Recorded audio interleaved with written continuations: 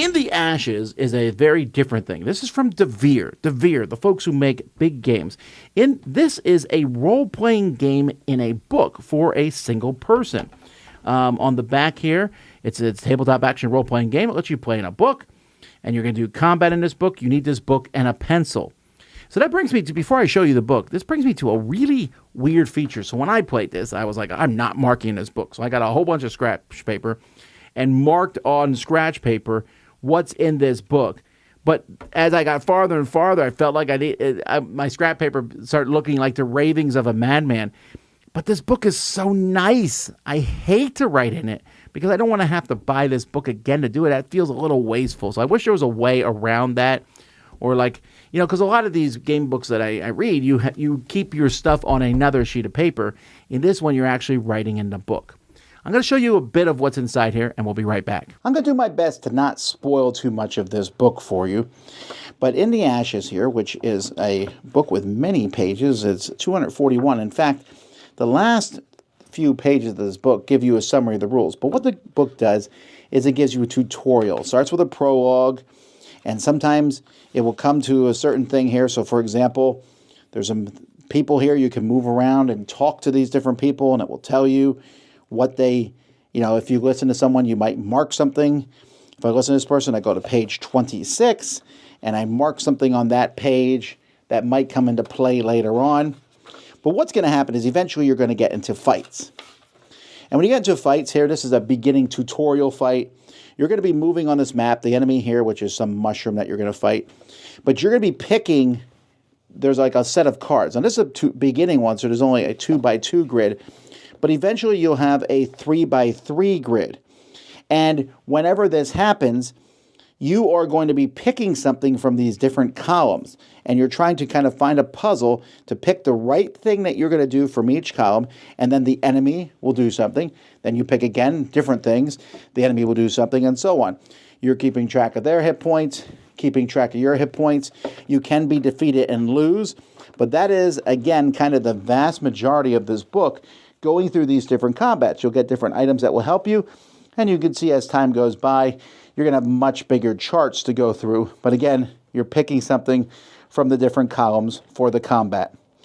I really don't want to show you too much more, but that is how the game plays. So it's a translated story, I'm pretty sure, but I think it works pretty well. Realize that it is a dark story.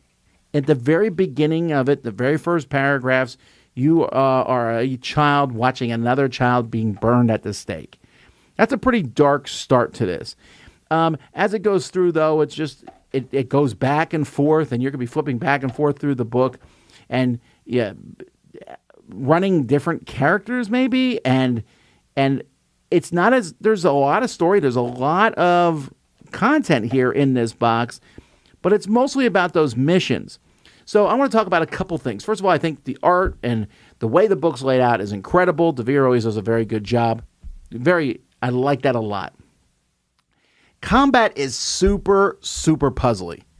Like if you've ever played Gloomhaven, Gloomhaven's kind of a puzzle-style combat where you have a hand of cards and you're playing combos of these cards to do things. But there's also luck involved in that combat. There's no real luck here, usually. And when I'm like, okay, I'm going to move to attack 3 and disarm, but the next turn I'll do this, that, and this. And to the point where, like, is there an optimal solution? The thing is, I think there probably is an optimal solution, and that doesn't sit well with me. That's how role-playing games, to me, work, where there is the best way to go through, and I hope I'm the one to figure it out.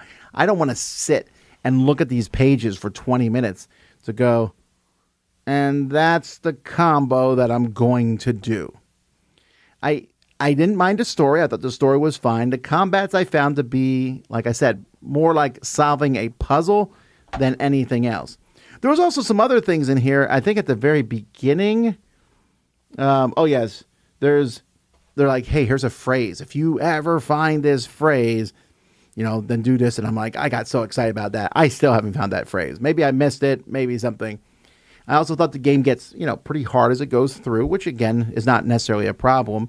And it definitely has a skew point. So I can applaud this book. I don't think it's necessarily for me. And I'm not even sure that's because of the RPG book nature of it, because I've done these before and I like them sometimes.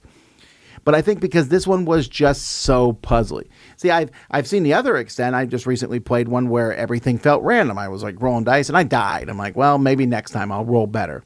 But this one feels very deterministic. So again, though, this is a work of great quality. So I like it a lot. So for me, it's only a 6. I found it very interesting. I don't want to recommend it much more than that in that sense. But if you like this and if what you've seen kind of catches your fancy, DeVere put out a fantastic product here in the Ashes.